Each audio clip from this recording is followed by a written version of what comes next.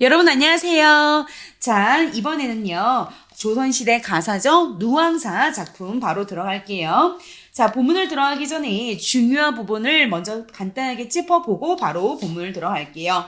글의 종류 가사에 대해서도 하나 문제를 물어볼 수 있기 때문에 가사에 대해서 중요한 거 이해하고 암기하고 들어갑시다. 가사는요, 고려 말에 등장합니다. 그러니까 조선시대 크게 유행했지만 시작은 고려 말에 등장을 해서요, 조선시대 전기 가사, 조선시대 후기 가사, 이렇게 조선시대에 크게 유행을 합니다. 자, 조선시대 전기 후기에 유행한다. 자, 굉장히 중요한 것은 시험 문제에 사문보다라고 함정이 나올 때가 있거든요. 사문보가 아니라 안정적인 사음보예요. 산은 푸르고 물은 흐르네. 한복할 때 자연스러운 호흡이 4번씩 끊어지는 게 사음보인데요. 그래서 가사는 사음보이기 때문에 대꾸법이 아주 자주 보일 수밖에 없습니다. 너는 집에 가고 나는 학교 가고, 이렇게 뭔가 앞뒤가 이제 짝수이기 때문에 이런 식으로 대꾸가 되기도 하고요. 때로는 이렇게 위아래가 이렇게 대꾸를 이루기도 합니다. 어쨌든 가사는요, 사음보고 대꾸법이 많이 보인다. 행에 제한을 두지 않는다. 그러니까 가사는요, 너희가 딱 봤을 때, 야, 이게 운문이 맞아? 시가 맞아? 고전 시가, 고전 운문의 체계의 가사에 들어가는데, 이렇게 긴 건 혹시 소설 아니야? 라고 오해할 정도로 굉장히 길이가 깁니다. 행에 제한을 두지 않는다. 그래서 연속체죠. 사음보, 시조와의 차이점도 원래는 굉장히 중요해요. 가사와 시조는 비슷한 시기인 조선시대 때 이제 크게 유행을 하는데요. 시조는 3장 6구라서 초장, 중장, 종장 해서 사음보도 동일하지만 뚝뚝뚝 끊어지죠. 하지만 가사는요, 사음보가 이렇게 줄줄줄 이어집니다. 사음보가 계속해서 끊임없이 이어지는, 그래서 연속체라고 합니다. 알겠죠? 그래서 뭐다? 가사와 시조의 공통점은 사음보는 공통점이지만 사음보 연속체라고 하는 것은 가사만 해당한다는 거예요. 자, 어쨌든 운율이 있기 때문에 율문 형식이다. 운문의 형태에 가깝다. 가사는 주요 작가층이 주로 양반 4대부죠. 그래서 특히 조선 전기는 주로 4대부가 창작을 하는데, 하지만 길이가 길고 이제 이 어떤 길에 제한을 두지 않기 때문에 조선시대 중기 후기부터는 승려, 중민, 서민들까지 다양한 작가 계층이 참여를 한다. 길이가 길어지면요, 까다로운 제한 요건이 없습니다. 좀 그래도 일반 다른 어떤 그 4대부들의 창작을 했던 여러 가지 다른 시가에 비했을 때는 좀 자유로운 부분이 많기 때문에 중기 후기에는 서민 계층들도 많이 창작에 참여한다라고 알면 되겠습니다. 자, 그 다음에 중요한 건데요. 시조와 함께 조선시대 시가 문학의 대표적인 국문 시가고요. 자, 요런 부분도 문제집에 많이 나와요. 가사는 참 특이한 게 운문과 서문의 중간 형태다라고 하거든요. 물론 사음보의 리듬감이 많이 느껴지기 때문에 운문의 성격이 매우 강하지만요, 이야기가 길게 이어지기 때문에 산문의 성격도 있습니다. 그래서 운문의 성격이 좀 더 강하지만 운문 혹은 운문과 서문의 중간 형태다라고 하기도 해요. 자, 우린 계속해서 가사에 대해서 먼저 공부하고 있고요. 가사는요, 고려시대 경기체가라는 갈래가 쇠퇴하면서 가사가 등장했어요. 이제 경기체가는 위 경기 어떠하리 있고 라는 후렴구가 반복이 되는 고려시대의 특정한 문학 장르인데요. 경기체가가 무너지면서 가사가 등장을 했다. 자, 그 다음에 이제 이 다음에 이 표는 좀 중요합니다. 가사는요, 조선 전기 가사, 조선시대 후기 가사 크게 둘로 나뉘어요. 물론 시작은 고려 말에 등장하지만 메인은 이 두 시기의 가사입니다. 근데 이 두 가사를 중간에 임진왜란 병자호란이라는 큰 전쟁을 기준으로 전기가사, 후기가사로 나누는데요. 조선 전기가사는 양반과 사대부들이 주로 창작을 하기 때문에 주제, 소재, 정서가 좀 한정적입니다. 이 당시는 신분제가 굉장히 공고하게 탄탄했었죠. 양반과 사대부와 어떤 평민과 농민들의 어떤 신분제의 위치가 딱 탄탄했던 유교적인 보수적인 사회였죠. 그래서 위에 양반 사대부들이 가사를 주로 창작했기 때문에 주제가 양반들이 할 법한 이야기들만 하죠. 주로 뭐 자연 같은 경우는 자연친화, 강호가도 자연을 그냥 이상적인 공간으로 자연을 완상하고 즐기는 내용이 많았고요. 그래서 안분지족, 안빈낙도 소박한 삶에서 만족을 추구한다라는 자연친화, 또한 그 사대부들이 나라를 걱정하거나 임금을 그리워하는 영군지정, 나라를 걱정하는 우국지정, 이런 내용들, 크게는 자연친화나 또는 영군지정, 우국지정, 이 주제 안에 좀 한정적인 느낌이 있었습니다. 하지만 조선 중기를 넘어서 조선시대 후기는요, 평민과 다양한 계층이 참여를 하면서 또 실제로 이때 시대가요, 신분제가 흔들렸죠. 신분제가 막 흔들리면 흔들리면서 이제 더 이상 신분이 아닌 자본이 좀 중요해지는 시기로 바뀌면서 신분제가 흔들리는 건 신분제의 동요라고 하죠. 그래서 신분이 높았던 양반이 이제 자본이 없으면서 또 몰락하기도 하고 아래 계층의 어떤 평민 농민들이 자본을 많이 쌓아서 위로 올라가기도 하는 신분제 자체가 좀 흔들리는 그런 시기였습니다. 평민들의 의식 수준 향상, 몰락한 양반도 등장했죠. 그래서 그리고 조선시대 후기의 자연의 모습은 실제 생활 현장, 노동의 현장이기 때문에 이런 전기가사에서 말했던 좀 애매하고 관념적이고 철학적인 어떤 단순하게 즐기는 대상이 아니라 실제 노동의 현장, 사실적 구체적인 어떤 의미로서 생활의 공간으로서의 자연이 구체적으로 묘사되는 게 큰 특징입니다. 그래서 조선시대 후기 가사는 구체적, 사실적, 현실적이고 소재나 주제도 좀 전기 가사에 비해 다양해졌다라는 걸 아셔야 되는데요. 중요한 것은 우리 오늘 이제 시험 범위 공부하는 박일로의 누앙사는요, 조선 후기 가사라고 하지만 약간 이때쯤입니다. 조선 전기에서 후기로 넘어가는 그 시점에, 그러니까 후기로 넘어갈랑 말랑하는 요 중간의 이행기 또는 과도기라고 해요. 그래서 누앙사라는 이 작품은 조선 후기 가사의 특징과 조선 전기 가사의 특징을 양쪽을 모두 다 가지고 있습니다. 미리 이야기하자면요, 오히려 누앙사의 전반부가 후기 가사의 특징을 가지고 있어요. 그래서 물론 어떤 전쟁에 참여했던 한때 되게 잘 나갔던 장군으로서의 시적 화자가 지금은 전쟁에 물러나서 왔더니 집안이 굉장히 가난한 상황에서 소를 빌리러 갔던 이야기, 이런 구체적이고 사실적인 이야기가 전반부에 나옵니다. 그래서 조선 후기 가사의 특징이 먼저 나오고 그 다음에 그걸 소를 빌리는 걸 포기한 다음에는 다시 자신이 한때의 사대부로서 안빈일념을 가져야지, 빈이무원해야지, 소박하지만 가난하지만 내가 만족하면서 유교적인 질서라도 지키며 살아야지 라는 조선 전기 가사의 어떤 특징이 후반부에 나옵니다. 자, 계속 한번 해볼게요. 자, 박일로의 누앙사 이 작품이요. 작품은 이제 박일로는 조선 중기의 무관 출신 문인이어서 전쟁에 실제로 참여했던 사람이죠. 자, 이 시의 포인트는 총 한 4문제에서 5문제 정도 나올 거라 예상을 해보고요. 우선 가사라는 갈래상 특징 정확히 알아야 되고 표현 기법이 나올 겁니다. 표현 기법, 굉장히 다양한 표현 기법이 있어요. 당연히 본문을 100% 해석해야 풀 수 있는 문제가 대부분일 거고요. 수능형으로 누앙사와 다른 시조와 또 다른 가사와 비교 대조하는 외부 지문과의 연계하는 완전 수능 스타일의 문제가 한두 문제 나올 겁니다. 자, 중요한 걸 한번 키워드별로 볼 테니까 이 부분을 잘 봤다가 좀 이따가 본문을 볼 때 이런 내용이 나올 때 좀 더 집중해서 봐주세요. 중간에 한 2번 정도 이 모든 게 다 운명이야 라는 운명적 사고관이 나오고요.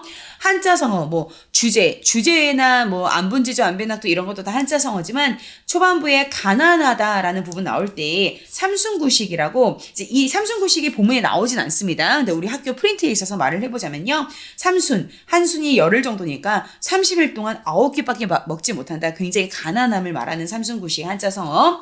자, 표현 기법은요, 사음보이기 때문에 대꾸법 많다고 했죠. 대꾸법 뭐하는가 라는 어떤 의문형 처리하지만 궁금해서 질문을 하려고 의문형 한 게 아니라 강조하기 위해서 의문형 처리하는 서리법, 이 2가지는 가사에 굉장히 많아요. 누앙사뿐 아니라 과장법, 이 세상에 이렇게 가난한 거 나밖에 없을 거야 라는 과장법이 있고요. 뭔가 계속 나열하는 열거법도 있고요.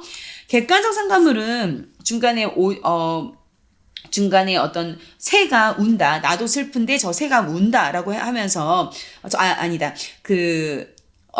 소를 빌리고 오는 길에 저 새가 운다 또는 저 개가 짖는다 라고 해서 새나 개의 어떤 그 울음소리가 시적 화자의 처량한 처지를 더 강조하거든요. 그런 부분을 새나 그 개를 객관적 상관물이라고 말하기도 하는데, 이건 이제 학교에서 말씀을 해주신 반만 보시면 될 거예요.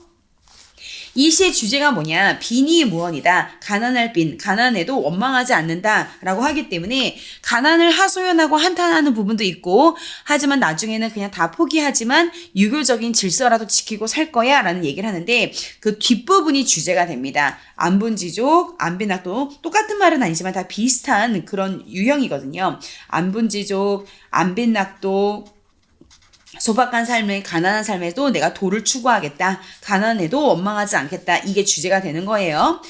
자, 대화체가 있는 게 이 누앙사의 굉장히 큰 특징입니다. 정철이 쓴 가사에서 삼미인곡, 송미인곡 중에서 이 송미인곡도 감녀와 을녀가 대화를 나누는 그런 부분이 나오는데요. 이 누앙사도 소를 빌리러 갔다가 그 거절당하는 그 장면을 대화체를 통해서 극적 제시, 대화나 행동을 보여주는 거 우리가 극적 제시 또는 장면적 제시라고 하는데 이런 부분이 있기 때문에 훨씬 더 가사가 굉장히 리얼하고 현실적으로 느껴져요. 자, 중간에 고사를 인용한 부분이 있다라고 하면 맞다고 해야 돼요. 신야 경수 농산경홍 얘기가 나올 때는 고사, 우리가 모를 뿐이지 이 부분은 중국 고사를 인용한 부분이에요. 사실적 구체적 표현이 아주 두드러지고요. 어쨌든 본인이 어떤 뜻을 잘 이루고 싶지만 가난 때문에 그게 쉽지 않다라는 내적 갈등이 일부 보여요. 나중에 물론 그 내적 갈등을 해소하고 자신이 어떤 의지를 가지면서 끝나긴 하지만 중간에 가난 때문에 내적 갈등이 있는 부분이 있습니다.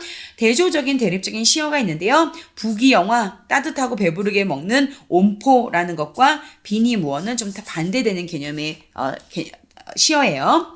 자, 누앙사의 중요한 부분 다시 한번 짚어보고 이제 드디어 본문을 들어가겠습니다. 그래 갈래는 가사고요. 이게 음수율, 음보율 둘 다 아시죠? 글자 수는 세 글자, 네 글자, 세 글자, 네 글자 또는 네 글자, 네 글자 반복될 때 3, 4조 또는 4, 4조 그리고 4음보라고 했죠? 3음보라고 나오면 안 된다고 해야 돼요. 가시리 같은 고려 가요가 3음보고요. 이건 4음보입니다. 시골 느낌이 나오니까 전원적이고 자기 이야기 고백적이고 강호 한정가 자연 이야기가 나오니까 한정가죠.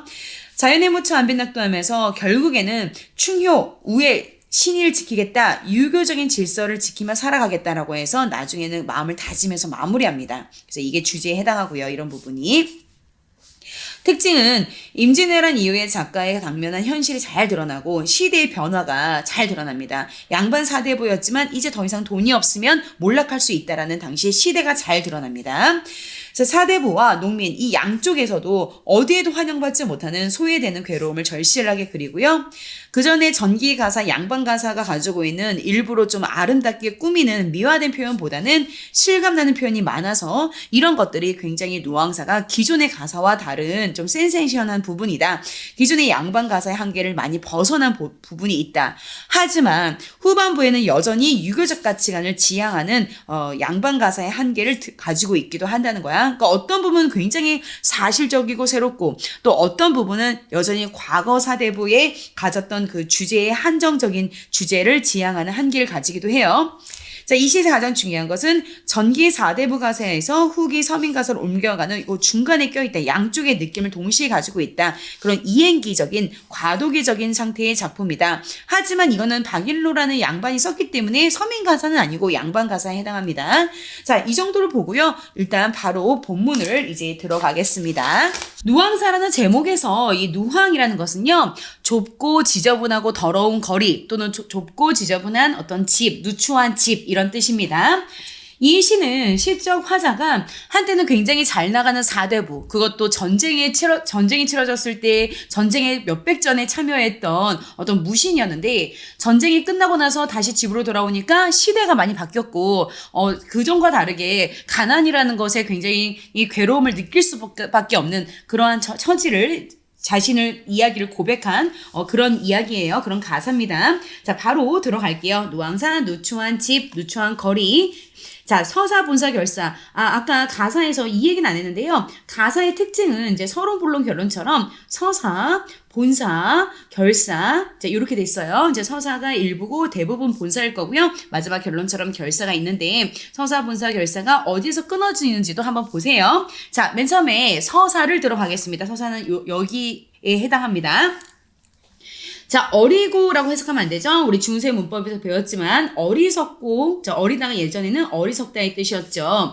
어리석고 우월하다. 세상 물정 모르는 것은 이내 우에 더내 없다라는 것은 나보다 더 심한 사람이 없다. 나보다 더한 사람이 없을 것 같아. 자기 스스로를 약간 자책하고 있죠. 와, 이 세상에서 내가 가장 어리석고 세상 물정 모르는 것 같아 라고 시작을 합니다. 길흉화복을 하늘에 붙여두고 길흉화복 한문을 보면 길하고 흉하고 어떤 그 복스럽고 화를 당하고 이런 인생의 운명 데스티니, 운명, 운수 이런 거죠. 운명과 운수 이런 것들은 하늘에 맡겨두고라고 했어. 그래서 이 시에는 이 작품에는 운명론적 사고관이 드러나 있다. 어디냐라고 하면 여기 찾으시면 돼요. 운명론적 사고관.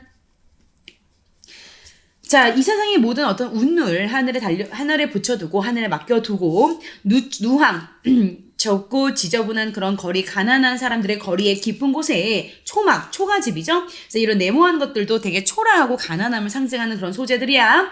초가집을 지어두고 풍조 속에 썩은 집이 섭이돼야, 자, 굉장히 가난하는 거 다시 한번 알 수가 있겠네요. 자, 풍조석은 날씨가 고르지 않다, 날씨가 안 좋다. 한문을 보면 바람이 불고, 아침에는 바람이 불고 저녁에는 비가 내린다.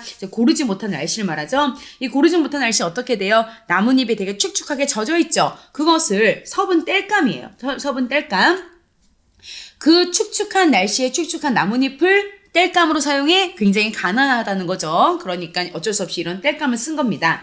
서우밥 다업죽에 연기도 하도할시야. 하도할시 해석해야 돼요. 많기도 많구나. 서우밥 다업죽은 굉장히 작은 양이야.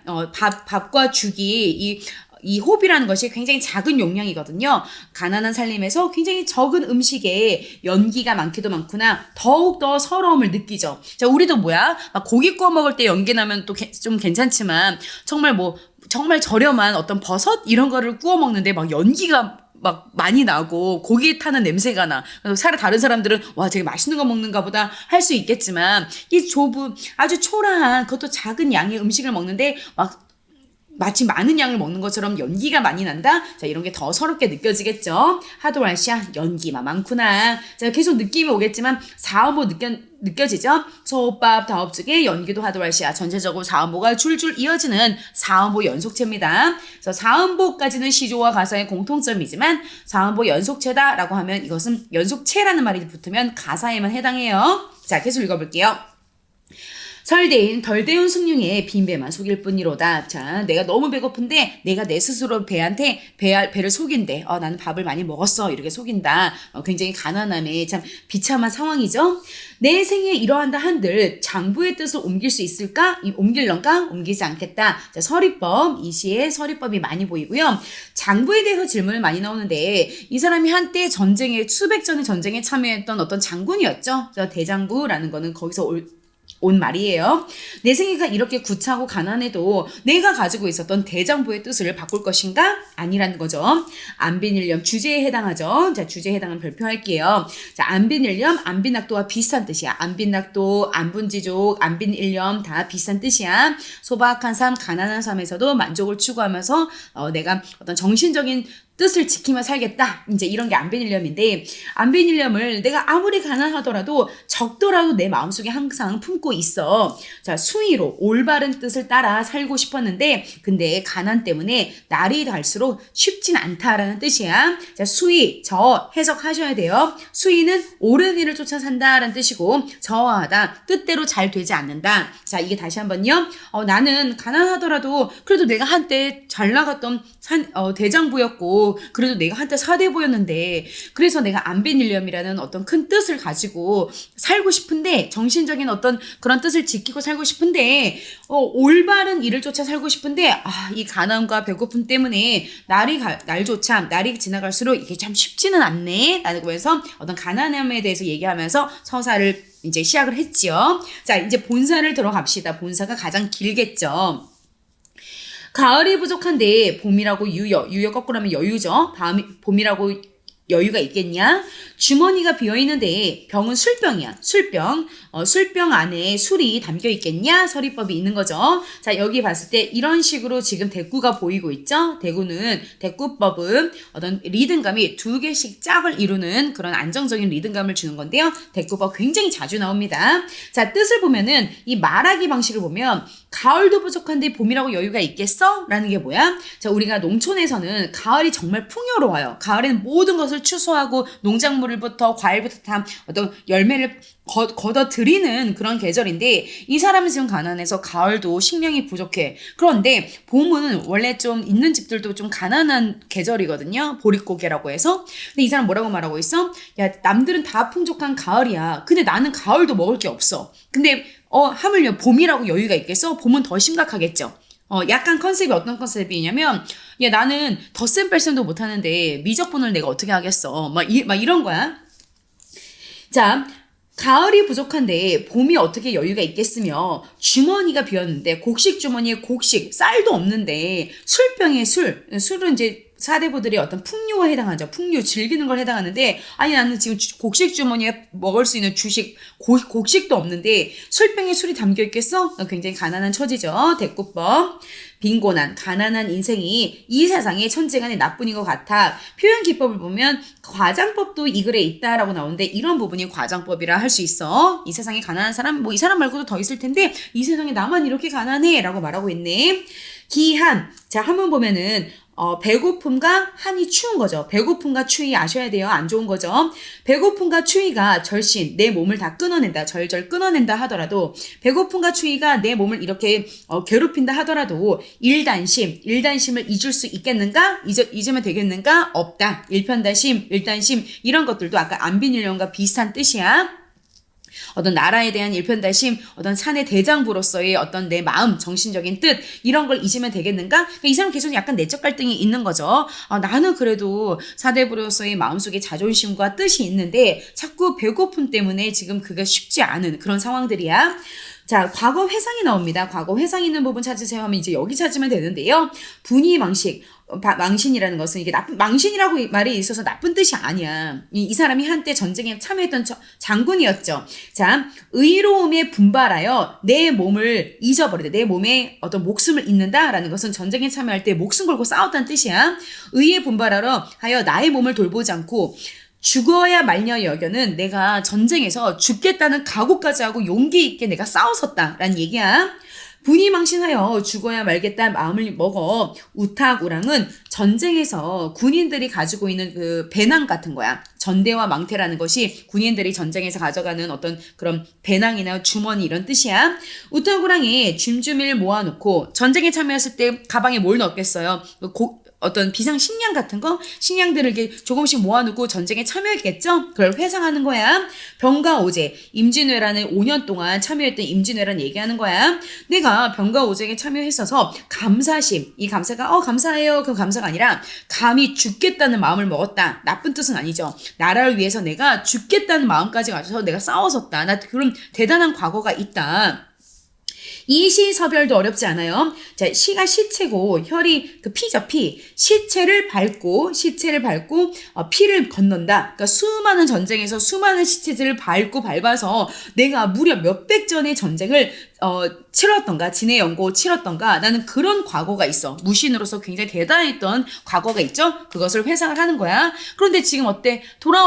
전쟁 끝나고 돌아와 보니, 이제 시대가 바뀌어서 사대부 어떤 그 전쟁에 참여한 장군이라고 해서 우대해주는 게 없고, 이제 돈이 중요해지면서 돈이 없으면은 한때 잘 나갔다 하더라도 지금 다 무너지고, 가난해서 배고픔에 걱정을 해야 되는 그런 상황이 된 거죠.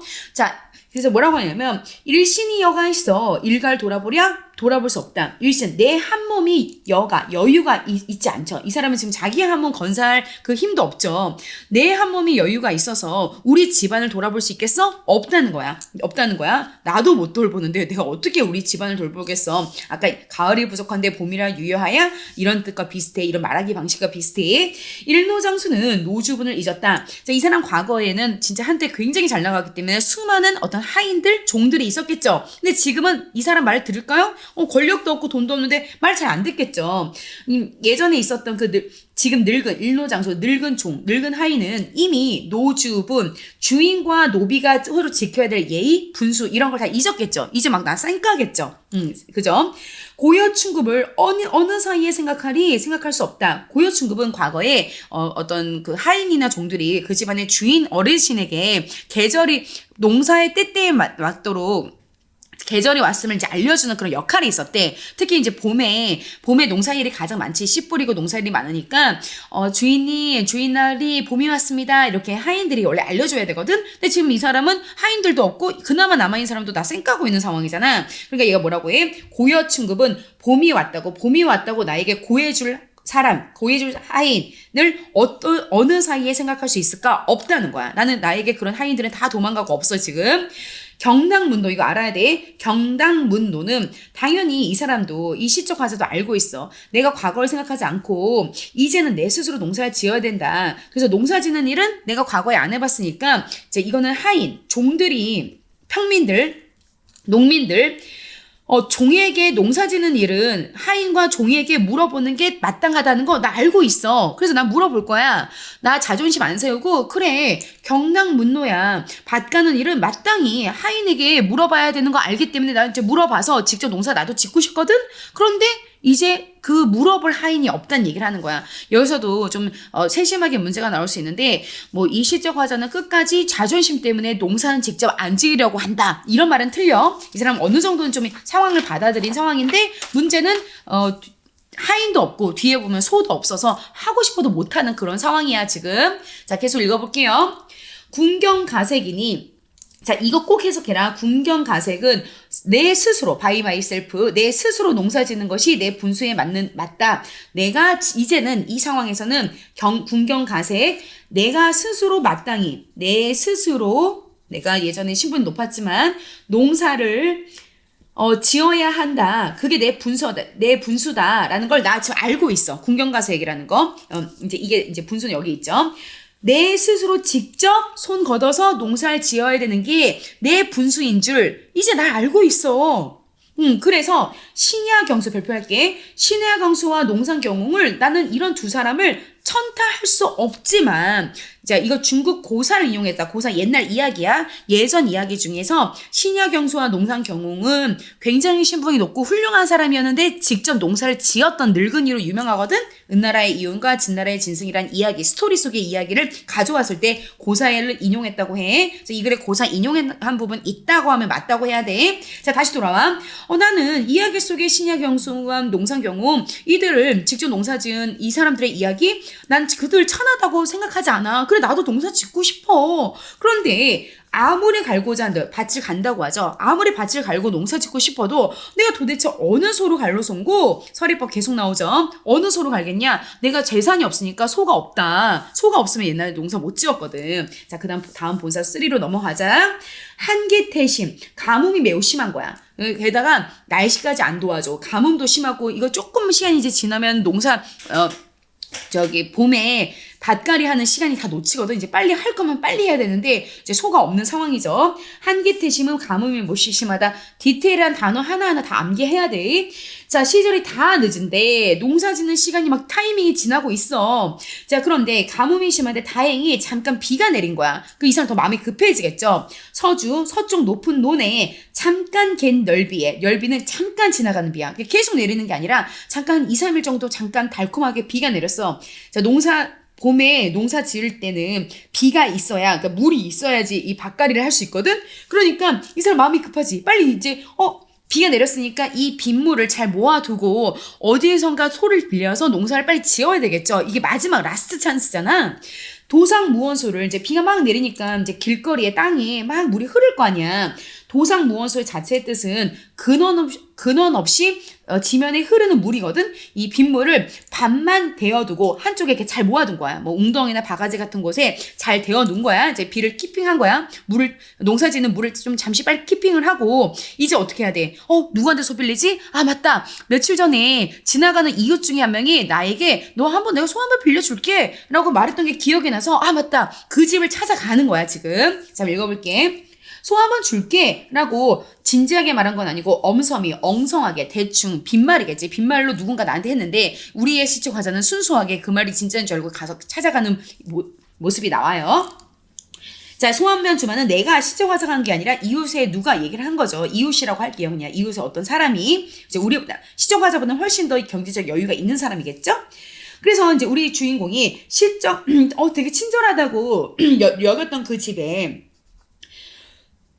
황혼에 이제 왜 황혼이 저녁이죠. 저녁 해가 다 진 다음에 깜깜한 저녁에 왜 갔냐면 그래도 좀 체면이 있어서 양반으로서 체면이 있으니까 누구한테 지금을 따지면 돈 빌리러 가는 거니까 다른 사람 누가 볼까봐 좀 저녁에 가는 거야. 황혼이 허위 자 중요하다. 이 글에 음성 상징어가 쓰였다 맞다고 하세요. 의성어 의태어가 음성 상징어인데 허위는 어떤 키 크고 마른 사람이 이렇게 허둥지둥 빠르게 급하게 달려가는 모습이거든. 급하게 걸어가는 모습이야. 그래서 음성상징어 중에서도 의성어가 아니라 의태어야. 중요한 건 허위어휘가 허둥지둥이거든. 그래서 이게 급하게 달려가는 거야. 그 왜 급히 달려갈까? 아까 말했듯이만 누가 나를 볼까봐 좀 체면 때문에 빨리 이렇게 좀 약간 쪽팔려서 빨리 달려가는 것도 있겠고, 이제 이 소만 빌리면 나도 농사 지을 수 있다라는 기대감, 설렘 때문에 급히 어쨌든 간 거야. 이따간 거절당하고 올 때는 설피설피 느리게 걸어온다. 자, 허위허위 달려가서 굳게 닫은 문 밖에 어둡게 혼자 서서, 이제 여기도 웃겨. 그래도 한때 어떤 사대부로서의 그 체면 때문에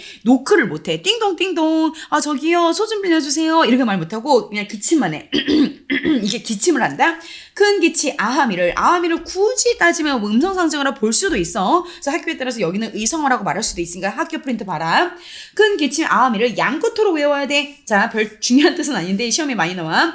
꽤 오랫동안. 그러니까 한 번 한 게 아니라 사람이 나올 때까지 이렇게 기침을, 인기척을 낸 거죠. 긴 기침을 양끝으로 한 후에 인기척을 내니까 진짜 그 집의 이웃집 주인이 나오는 거야. 이게 무슨 소리지? 하고 누구세요? 하고 나오는 거야. 와, 그 누구신고? 하는 거죠. 자, 여기서부터는 시험 포인트가 이제 대화가 나오거든. 가사에서 이게 잘 보이지 않는 되게 특이한 건데, 두 명의 인물이 서로 대화를 주고받는 대화와 장면이 나오기 때문에 마치 어떤 극적 제시, 연극처럼 대화나 행동을 보여주는 걸 극적 제시, 똑같은 걸로 장면 제시라고 해. 이때는 좀 속도가 좀 천천히 이제 가겠죠. 한번 해볼게요. 자, 그리고 여기는 또 중요한 게 누가 어디에서 그 말을 한 건지를 구분을 잘해야 돼. 이게 누구의 대사인지 구분 잘해야 돼. 와, 거기 누구신고? 라고 했어. 자, 이건 이웃이, 그 집주인이라고 할까? 그냥 이웃이라고 할게. 자, 했더니, 우리의 시적 화자가, 염치 없는 저입니다. 시적 화자가 대답을 했어. 자, 그러니까, 다시 이웃이 말하는 거지. 초경은 저녁 7시부터 9시다. 7시부터 9시. 예전에는 그 저녁 7시도 조명이 없기 때문에 굉장히 좀 깊은 밤이었거든. 그러니까 지금으로 따지면 밤 12시에 누가 뭐 빌리러 온 거야. 그러니까, 야, 초경도 다 지났는데, 어찌 와 계신고? 자, 볼펜이 좀 잘 나오는 게 있으면 좋을 것 같아서 좀 찾아볼게. 없네. 자, 어찌 와 계신고? 이 사람은 성함을 빌려줄게라고 자기가 말한 것도 대충 말한 거 빈말이기 때문에 기억도 잘 못해. 야, 너 이 시간에 왜 왔어? 라고 말하니까 자, 시적 화자가 뭐라고 말하냐면 매년 내가 이러하기 참 구차한 줄 알지만 소 없는 가난한 집에 헤엄이 헤아림 걱정이 많아 왔어. 이 얘기는 너 나 소 빌려준다며, 소 빌려줘 라는 말을 직접 하지 못하고 좀 돌려서 우회적으로 말한 거죠. 자, 그리고 여기에서는 살짝 보면은 이 사람이 이 이웃에게 지금 난생 처음 소를 빌리러 온 것 같진 않죠. 내가 매년 이런 부탁하는 거 구차한 걸 내가 알지만 소 없는 가난한 우리 집에 나 걱정 많아서 왔어. 이 얘기는 소 빌려달라는 얘기죠. 그러니까 상대방 이웃이 이제 이건 화자죠. 뭐라고 말하냐면 어떡하나? 꽁안이나 값이나 주원주도 하지만 공짜로 내가 주던가 아니면 좀 페이를 받고 렌탈비를 좀 받고 값을 내가 받거나 그냥 공짜로 빌려주거나 이러거나 저러거나 내가 진짜 너 빌려주고 싶거든. 다만 last night 어젯밤에 건너집 다른 사람 또 제3자야. 제3자 이웃도 아니고 시적 화자도 아니고 전혀 또 다른 이웃. 저 건너집에 어떤 사람이 목이 붉은 수기치, 쑥광이야. 쑥광 이제 되게 맛있거든요. 쑥광을 옥집이 뭐야? 옷같이 귀한 기름이야. 식용유. 옷같이 귀한 기름에 구워가지고 후라이드 치킨을 만들어서 각 이은 3회주 귀한 술이죠. 술을 나에게 취하도록 권했어. 그게 무슨 말이야? 이 거절하려고 발동 걸리는 거죠. 이제 시적화자한테 뭐라고 말해? 어떡하지? 나 진짜 너 빌려주고 싶은데 저기 바로 어젯밤에 저쪽 집 다른 남자가 와가지고 후라이드 치킨이랑 맥주랑 이게 치맥 잔뜩 가져가지고 나한테 주더라고. 그래가지고 너무 고마워서 그 사람 빌려주기로 했는데 하고 거절을 하는 거죠. 이러한 이제 계속 말해볼게. 그래서 내가 그 사람한테 이게 치맥 너무 맛있다. 이러한 은혜 내가 어떻게 갚겠어? 내일 주마 무엇을 내 소를 빌려줄게 하고 그 사람한테 제3자인 다른 사람에게 큰 약속을 했거든. 그래서 신약 약속을 어기다. 그 사람한테 소 빌려준다고 이미 말했는데 이제 못 빌려줘 라고 약속을 어기는 게 미편하다. 마음이 편치 않으니 사설이 어려워라. 내가 할 말이 없네. 사설이 어려워라. 내가 너에게 무슨 말을 해야 될지 모르겠어. 말하는 게 참 어려워. 이 얘기는 난 다른 사람 빌려주기로 해서 너 못 빌려줘 라는 거죠. 그래서 요만큼 전체는 다시 이웃집의 그 사람이 이웃집의 대사고 나에게 시쪽 화자에게 소 빌리는 걸 거절하는 소 빌려주는 걸 거절하는 그런 부분이죠. 자, 그러니까 우리의 시쪽 화자 불쌍하죠. 되게 나름대로 마지막 어떤 기회라고 생각하고 진짜 잔뜩 기대하고 갔어. 실제로 소를 빌려줄 거라고 생각하고 간 것 같거든요. 막. 그런데 이제 얘가 거절당하니까 뭐라고 하면 시리 진짜로 그렇다면 설마 어이할꼬 진짜 그래? 그럼 어떡하겠어 하고 이거는 이제 시적 화자가 대답을 하고 안녕히 계세요 하고 돌아오는 거죠. 헌먼덕 숙여 쓰고 축 없는 집신. 자, 이런 것들 다 가난함을 좀 상징을 하는 부분인데 되게 헌먼덕은 되게 초라한 모자고요. 집신도 이렇게 하도 오래 신어가지고 축이 없어 너덜너덜해. 그리고 털필열피 음성상징어죠. 음성상징어 이제 의태어인데 허위허위도 음성상징어 의태어지만 속도가 좀 반대의 개념이야. 허위허위는 막 급하게 달려가는 거고 설필설피는 힘없이 터벅터벅 천천히 걷는 힘없이 걷는 모습이야. 어쨌든 둘 다 의태어다. 둘 다 의태어 안 보이고 있었네. 미안. 자, 풍채 작은 내 모습에 형용은 모습이거든. 나의 모습에 멍멍 개만 짖을 뿐이다. 이 개라는 것은 시적 화자의 어떤 비참함을 비참한 처지와 비참한 어떤 정서를 더욱더 부각시키죠. 더 환기시키고 부각시키는 그런 모습이고 이런 이제 소재를 어떤 상황이나 정서, 추상적인 눈에 보이지 않는 상황이나 정서를 좀 더 선명한 구체적인 물건이나 대상이나 자연물을 가져와서 선명하게 보여줄 때 문학에서 객관적 상관물이라는 용어를 쓰기도 해요. 객관적 상관물 학교에서 언급을 했으면 그냥 아시면 돼요. 그래서 이제 이 개라는 거 다시 한번 개의 역할이 중요해. 이 용어보다도 개의 역할은 안 그래도 비참하고 어떤 마음이 좋지 않은 시적 화자의 어떤 내면의 심리를 더욱더 강조하는 부각시키는 그런 기능을 하죠. 이따가 이 개와 비슷한 기능하는 게 대승이라고. 대승이 새 중에서 오디세거든요. 이 오디세가 짹짹짹짹 새가 우는데 그 우는 소리가 나의 한스러움을 더 부각시킨다라고 해서 개와 대승은 비슷한 그런 기능을 한다라는 거죠. 자, 계속 읽어보자. 와실 중요해요. 와실은 이제 이 와가 달팽이 집 있죠. 달팽이 집이란 뜻이야. 그 되게 좁은 집이에요. 좁고 누추한 집이야. 좁은 집을 자신의 좁은 집을 달팽이 집 와실로 이렇게 표현했네요. 내가 와실에 들어왔는데 잠이 와서 누워시랴? 자, 잠이 오지 않는다 한자성어, 유명한 한자성어인데요. 전전반측. 전전반측은 어떤 생각이나 걱정이 많아서 잠을 이루지 못하는 거야. 전전반측은 단순하게 걱정이 많다 해서 끝나면 안 돼. 잠을 이루지 못해서 어떤 잠자리에서 이리 누웠다가 저리 누웠다가 뒤치덕거리는 하는 게 전전반측이야. 꼭 외워놔. 오케이. 자, 계속 화면을 터님이제 계속 보면서 할 수가 없어서 자, 종초추장. 자, 여기서 보자. 와실에 들어간들 잠이 와서 누웠으랴? 서리법 잠이 오지 않는다. 창문에 비스듬히 앉아. 세배, 이거 많이 물어보더라고. 세배. 지금 외울 수 있겠어? 새벽이야. 세배는 새벽 지금 외워. 새벽을 기다리니 무심한 오디세는 짹짹짹짹 내 한을 돋는구나. 그래서 이 시가 청각적인 것도 있다. 시각도 많이 있지만 청각적인 심상 많이 있어. 이것도 청각적인 이미지가 있다. 다양한 감각, 다양한 시각과 청각이 많이 있네. 종초추장은 그대로 외우면 돼. 아침이 올 때까지 슬퍼하다. 그래서 아침이 올 때까지 슬퍼하다. 그냥 그대로 외워. 하면 먼들을 바라보니 즐기는 농가. 다른 농민들은 이제 봄에 할 밭갈이나 이런 걸 다 끝나고 나서 이렇게 신나서 노래를 부르겠죠.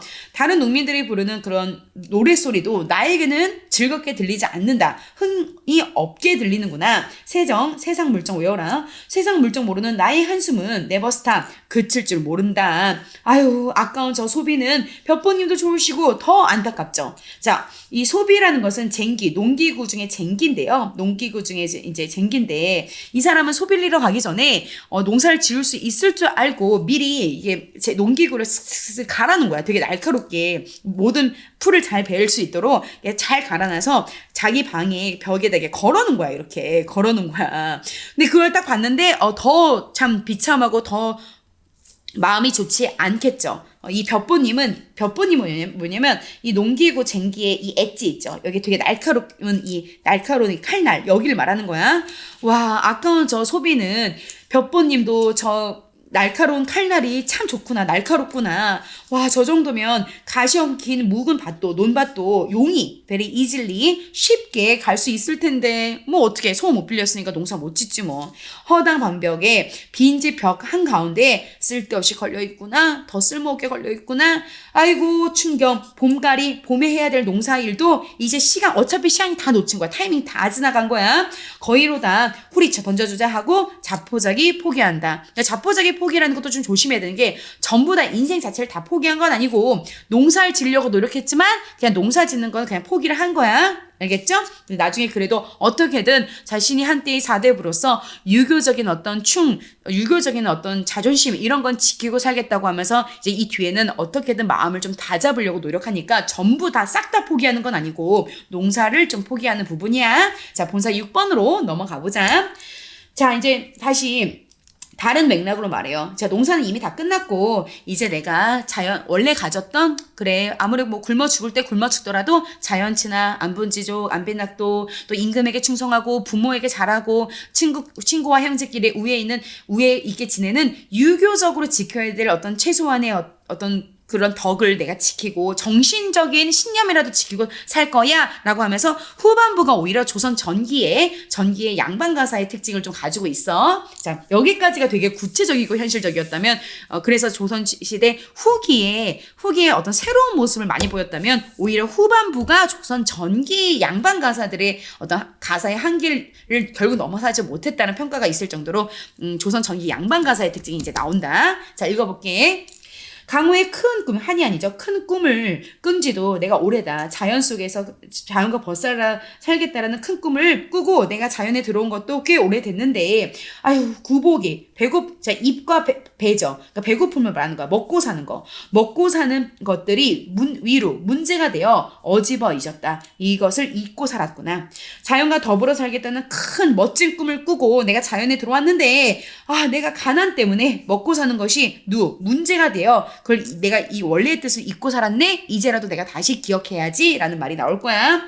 천피기육이 말이 어렵게 느껴지죠? 그냥 단순 암기하면 돼. 물가를 바라본다. 푸르른 그러니까 물가를 바라본다는 뜻이야. 그냥 단순 암기하면 돼. 물가를 저기 있는 물가를 바라보니 푸른 대나무가 하도할시 외워야 되죠. 많기도 많구나. 자주 나와. 유비군자들아, 사람들아, 나에게 그냥 낚싯대 하나 빌려줘. 이거 생계 유지를 위한 낚싯대 아니야. 생계 유지를 위해서 뭐 농사 대신에 어부를 선택한다 아니야. 그냥 유유자적하면서 자연친화적으로 그냥 낚시한다는 뜻이지. 이거는 생계 유지가 아닌 거 조심해야 돼. 자, 노화 많이 나와. 갈대꽃이야, 갈대꽃. 갈대꽃이 깊은 곳에 명월청풍, 달과 푸른 바람인데 결국 자연을 말하죠. 디테일을 보면 대유법이라 할 수 있어. 달과 바람 이 두 가지를 통해서 자연 전체를 말하는 건데 명월청풍, 자연만이 내 친구가 돼. 자연이 내 친구가 돼. 자연 친화도 맞겠지만 자연과 친구가 된다는 건 더 심화가 되기 때문에 물아일체, 물심일여, 물아일체, 물심일여, 자연과 인간이 하나가 된다. 물심이려. 마음이 급해서. 자, 그래서 갈대꽃 깊은 곳에 명월청풍이 자연만이 내 친구가 돼서 임자 없는 풍월강산에 뭐 이 세상의 모든 물건, 돈, 소 이런 것들은 다 주인이 있고 임자가 따로 있는데 풍월강산이란 자연은 따로 주인이 없죠? 그러니까 유일하게 주인이 따로 정해져 있지 않은 풍월강산 자연 속에 내가 저절로 늙으리라. 이렇게 살다가 죽을래. 너 나한테 무심해. 그게 아니라 욕심이 없다는 뜻이야. 좋은 뜻이야. 욕심이 없는 백구는 멍멍 강아지 아니다. 흰색 갈매기다. 호수나 바닷가에 많은 흰색 갈매기, 시각적인 이미지, 화이트의 이미지가 있네요. 욕심이 없는 갈매기는 나에게 오라 하며 말라 하랴. 자, 이것도 약간 자연친화 물화일체인데요. 이제 자연친화적으로 몰입을 하다 보니까 저 물가에 있는 흰색 갈매기를 막 따라가니까 어떤 느낌이 드냐면 저 갈매기가 나에게 따라오라고 하는 걸까? 저 갈매기가 나를 따라오는 걸까? 이렇게 약간 혼동될 정도로 자연에 이렇게 몰입이 됐다는 뜻이야. 욕심이 없는 갈매기야. 넌 나에게 오라고 하는 거니 말라고 하는 거니? 다툴이 없는 것은 다만 너 의인화됐네. 갈매기 너인가 하노라 의인화를 하고 있는데 다툴이 잘 봐야 돼. 다툴이 잠깐 문법적으로 한번 볼까? 다툴이는 도토리가 아니라 다툴이 다툴 이야. 지금으로 따지면 자 관용어가 이를 꾸며주고 있는 건데 이 이는 의존명사. 다투는 이, 다툴 사람 이런 거야. 해석을 좀 정확하게 해줘야 돼. 정확하게. 다투거나 경쟁하지 않는 것은 다만 자연 흰 갈매기 너뿐인가 하노라. 이 말의 이면에는 이 자연이 아닌 속세에서는 서로 다투고 경쟁하고 안 빌려주고 이런 것에 대해서 이제 이 사람은 좀 회의감을 느끼는 거죠. 자연밖에 욕심이 없는 자연이 내 친구이다. 자연으로 돌아와야겠다. 뭐 이런 말을 하는 거야. 자, 그 다음에 다행이다. 이제 빨리 하다 보니까 결사만 남았네. 자, 결사를 하고 나서 이제 수업 시간에 선생님이 문제집 줄게요. 자, 계속 보자. 무상한, 보잘것없는, 그러니까 자기 스스로를 약간 이렇게 자책하는 듯한 말투가 많이 있죠? 무상한. 자, 이것도 그냥 흐름을 보지 말고 외울 건 외우고 들어가라. 무심은 욕심이 없는 거고, 무상한 건 보잘것없느냐? 보잘것없는 내 몸에 무슨 지치, 지는 큰 뜻, 취는 취향, 뜻과 취향, 뭐 요 정도인데 이 사람 말하는 거야. 이미 볼품없는 나의 몸에 내가 무슨 큰 뜻이 있겠냐마는 별로 큰 뜻을 가질 수 있는 뭐 그런 처지는 아니지만 그래도 두세 밭밖에 되지 않은 밭논, 두세 평밖에 되지 않은 그 논밭 그냥 다 던져두고 다 포기하고 농사는 이제 잊어버리고 이시면 죽이요, 없이면 굶음하죠. 있으면 죽이라도 먹고 없으면 굶음하죠. 그러니까 내가 집착하지 않겠다 이제. 먹고 사는 거 이제 집착하지 않겠다는 거야. 대꾸법 있네. 남의 집 남의 것은 전혀 부러워하지 않겠다. 내가 굶어 죽는 한이 있어도 그래도 내가 자존심, 신념은 지키겠다. 다른 사람 거 이렇게 넘보지 않겠다. 내가 여기 유명한 부분이거든. 내가 빈천, 가난하고 가난함과 천함이죠. 가난함이라 할게. 내가 가난함을 싫다고 여겨 손을 핸다 한들 물러나겠으며 남의 부귀영화, 남의 부유함을 부럽다고 여겨서 생각해서 이리 오라고 손을 친다 하들 나아오랴? 자, 이렇게 대꾸법이 있네. 자, 해석을 다시 한번 해볼게. 자, 이 사람이 어떤 말을 하고 있냐면 이 두 줄에서 내가 빈천은 가난함이죠. 부귀는 어떤 그 부유함이죠. 돈이 많은 것. 근데 얘가 생각하는 거야. 우리도 그렇죠. 우리도 다른 사람 100억 벌었다, 1000억 벌었다, 막 슈퍼카 끈다. 그거 막 부러워서, 야, 페라리야, 너 나한테 와. 라고 한다고 나한테 오는 거 아니잖아. 그지? 그리고 내가 만약에 가난해. 야, 이 가난한 지긋지긋해, 꺼져. 라고 한다고 가난이 하루아침에 사라지는 거 아니잖아. 그 얘기하는 거야.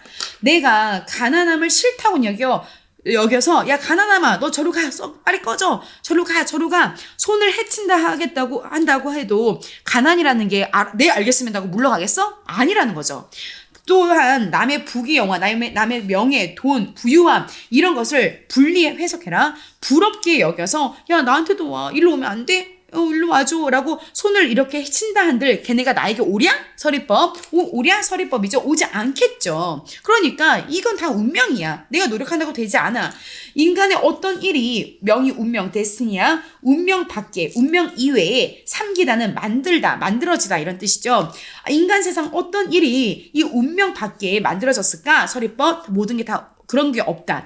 이거 다시 한번 아까와 이어 두 번째로 운명론적 사고관이 여기 있네요.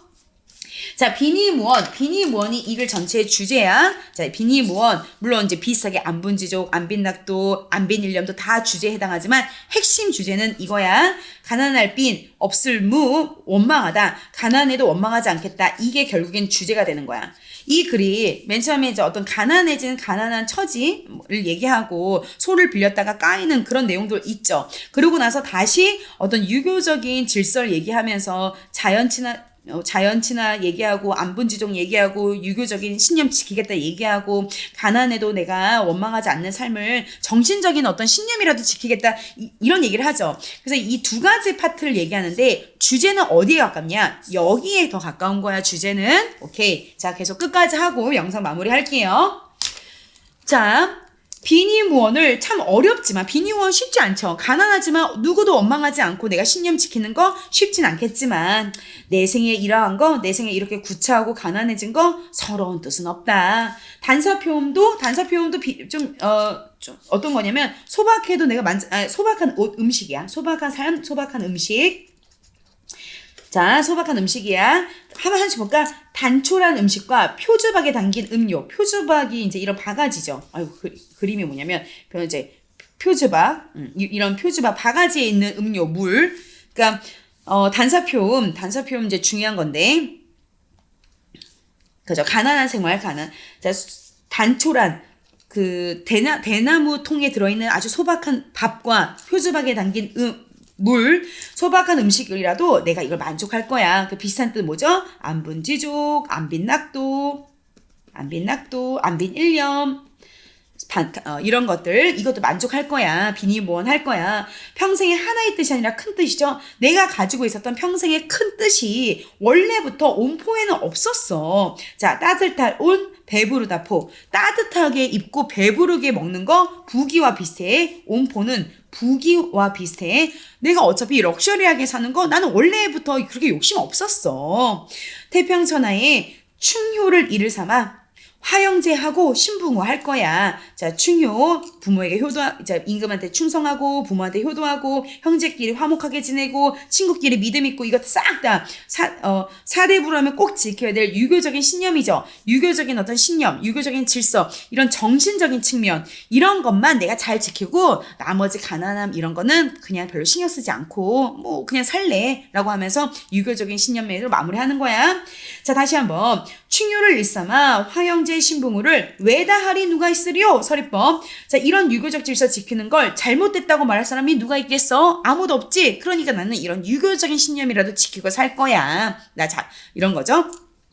그 밖에 남은 일, 자, 이런 유교적인 신념 지키고, 비니무원 지키고, 이런 정신적인 신념을 지키는 나머지 일. 예를 들면, 부귀영화 누리고 따뜻하고 배부르게 먹고 이런 부자가 되고 이런 것들 그냥 삼긴 대로 살겠다. 생긴 대로 살겠어. 태어난 대로 살겠어. 내 운명이라고 생각하겠어. 다시 한번 운명론적 사고방식으로 마무리가 되고 있어. 그러니까 뭔가 끝까지 뭔가 적극적으로 이거 안 되면 저거 장사라도 해야지 이런 건 아니야. 자, 그러니까 이걸 수위 조절 너희가 되게 잘해야 되는 게 이 사람이 굉장히 잘 나가는 전쟁에 참여했던 사대부였다가 몰락을 그랬죠. 양반이 몰락을 했어.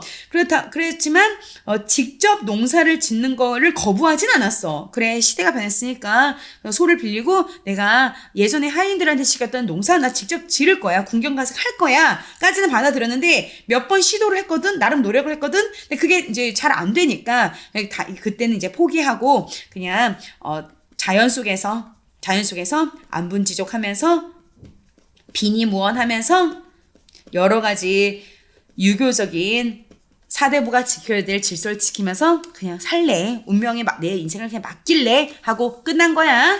자, 그럼 해석은 이제 다 됐고 우리가 수업 시간에 만나서 선생님이 누앙사에 대해서 100문제 넘게 준비했으니까 수업 시간에 드릴게요. 자, 여러분 너무 고생했어요. 안녕.